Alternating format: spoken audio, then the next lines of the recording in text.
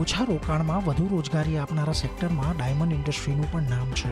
જોકે વિશ્વમાં યુદ્ધના વાતાવરણને કારણે આ ઉદ્યોગ છેલ્લા 2 વર્ષથી ખૂબ જ મુશ્કેલ સમયમાંથી પસાર થઈ રહ્યો છે.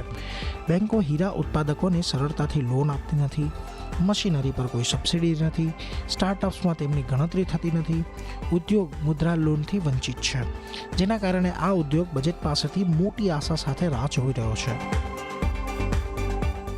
જેવી રીતે રશિયા યુક્રેન યુદ્ધ પછી મંદીનો દોર ચાલી રહ્યો છે, પણ અત્યારે અમે મેક ઇન ઇન્ડિયા જે સપનું હતું નરેન્દ્ર મોદી સાહેબનું, એ સાકાર કરવા તરફ વધારે લોકોનું ધ્યાન છે કે લેબગ્રોન ડાયમંડ ઉપર વધારે આધારિત છે ડાયમંડ ઉદ્યોગ, અને ઇન્ડિયામાં જેનું ઉત્પાદન થાય છે, અહીંયા જ પોલિશિંગ થાય છે, પછી એનો એક્સપોર્ટ થાય છે. તો સ્ટાર્ટઅપ યોજનાનો લાભ મળવો પડે ડાયમંડ ઇન્ડસ્ટ્રીને, અને પૂરી ઇન્ડસ્ટ્રી અત્યારે ટેકનોલોજી આધારિત છે. તો મશીનરીમાં સબસિડી મળવી પડે, અથવા તો કોઈ એવી બેંક હોય કે સમય વધારે ખરાબ હોય તો સર્ટિફાઈડ ડાયમંડ ઉપર પણ લોકોને પૈસા મળવા પડે, એની પર લોન મળવી પડે, અથવા મુદ્રા લોનનો લાભ મળવો પડે. ઇન્ડસ્ટ્રીને એવી આશા કરીએ અત્યારે. હીરા ઉદ્યોગોનું વાર્ષિક ટર્નઓવર 3 લાખ કરોડ રૂપિયાની આસપાસ છે. 40 લાખ લોકોને સીધી રોજગારી મળે છે. સમગ્ર ભારતમાં 7.5 લાખ હીરાની ઘંટીઓ અને 1 લાખ યુનિટ છે.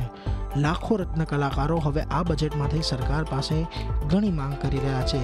આ વર્ષે મંદીના કારણે હજારો કારખાનાઓ બંધ થઈ ગયા છે. અમે રત્ન કલાકારોની પરિસ્થિતિ અત્યારે બહુ ખરાબ ચાલે છે.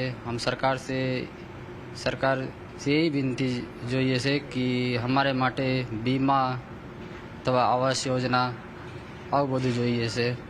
અમારે સરકારની એવું વિનંતી છે કે સરકાર અમારે માટે કાંઈ કરે, પગાર વધારવામાં આવશે, કામ સારું ચાલશે તો અમે લોકો સુખી રહીશું. બજેટમાં જો હીરા ઉદ્યોગને થોડી રાહત મળી જાય તો ન માત્ર મેક ઇન ઇન્ડિયાનું સપનું પૂરું થાય તેમ છે, પરંતુ મુશ્કેલીના આ સમયમાં લાખો નવી નોકરીનું પણ નિર્માણ થઈ શકે તેમ છે. કેતન જોશી, અમદાવાદ.